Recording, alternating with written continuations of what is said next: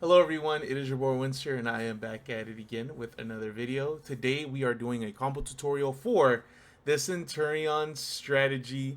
If you guys are currently building your deck and you guys need some guidance, be sure to check out my deck profile, which is on this channel. I would really appreciate you guys check it out. I'll make sure to card it somewhere on screen. That way you guys can check it out for yourselves. While you guys are checking that out, be sure to hit that description box, guys. Make sure to check out all my other platforms. Very active Discord, very active Twitter and TikTok.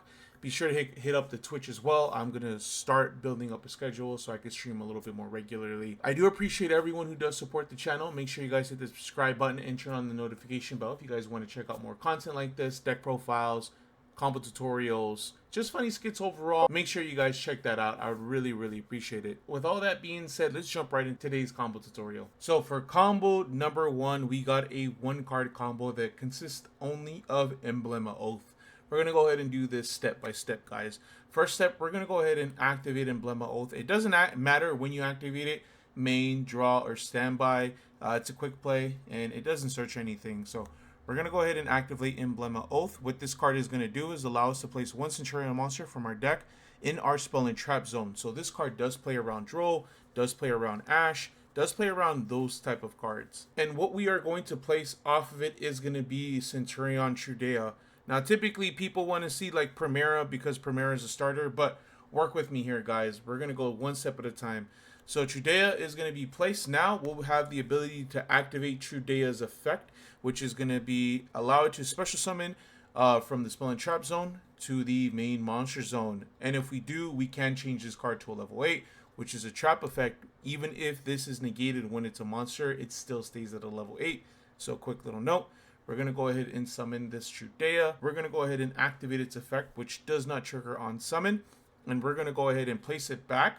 And then we are going to go ahead and place one from the deck as well. So this does play around Ash, but it can get impermed, and then you won't be able to place a monster. What we are going to place from our deck is Primera. Now this is the whole starter of the deck.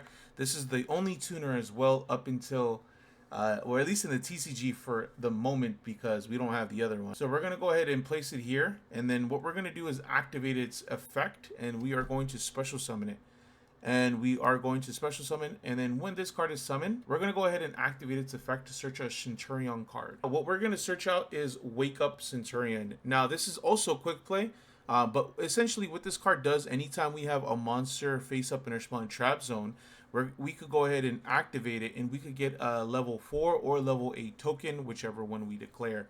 So we're going to go ahead and activate the effect of Wake Up Centurion, and we are going to declare level 8. We are going to get a level 8 token.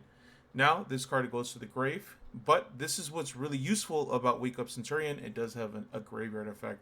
We're going to go ahead and activate the graveyard effect, which banishes its cost, and we could send any Centurion card from the deck to the graveyard. And what we are going to send is Centurion Bonds. Now, Bonds does have a graveyard effect anytime a Centurion card is special summoned, or synchro at least. We could banish this as cost, and then we could go ahead and place any Centurion monster from the graveyard and then place it on our spell and trap zone. But we're going to send this to the graveyard. Now we're going to synchro 4-8. We're going to go into our level 12. We are going to go into the new Centurion synchro Centurion Auxilla. And then we are going to go ahead and have a couple triggers. We're going to do Chainlink 1 Auxilla, which has the same effect on summon, to search a Centurion card, and then Chainlink 2 from the graveyard Centurion Bonds, banishes cost, target the Primera, and then chains resolve backwards, place, search. We are going to add stand up Centurion, and then we will go ahead and activate Centurion, stand up Centurion, and then at this point we will go ahead and end our turn. That was all off of one card, but we got our board established. Now we would pass, they would go through draw, standby, and then main. As soon as they do anything, you would start activating your effects. These are trap effects, remember guys. We'll go ahead and activate Primera as Chainlink 2 because they're activating something, or on summon or whichever. Chainlink 3 Trudea, so change resolve backwards, special, special, and then now our triggers do activate. We're going to go ahead and do Chainlink 1 Primera to search, Chainlink 2 to synchro summon on our opponent's turn.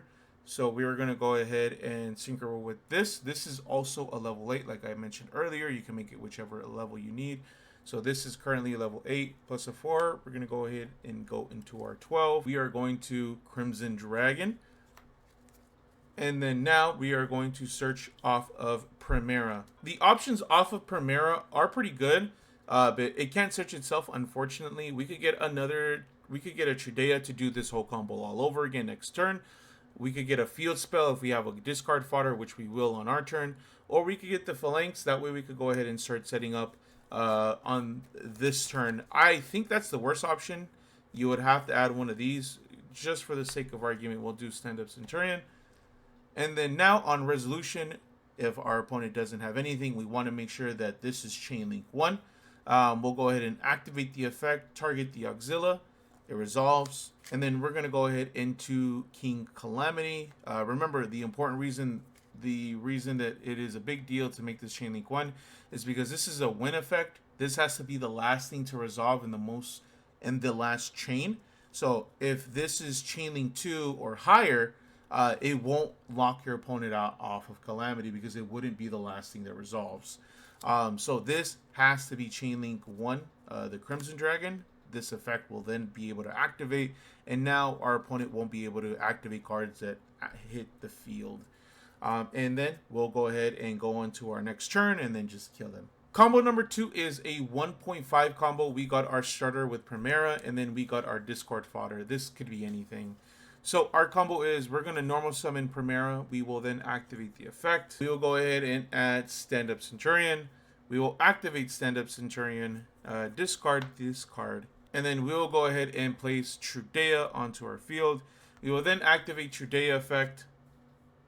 And then now we could go ahead and activate it again. And then we could go ahead and place Emeth from our deck. Now Emeth, by far, in my opinion, is the worst Centurion card.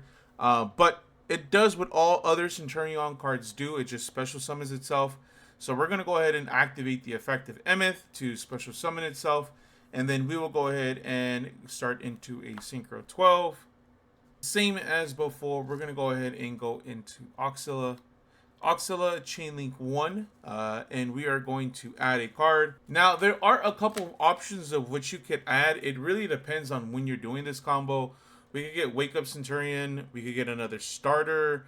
We could go ahead and get some maybe defensive options, or for next turn, we could go ahead and get some follow-up.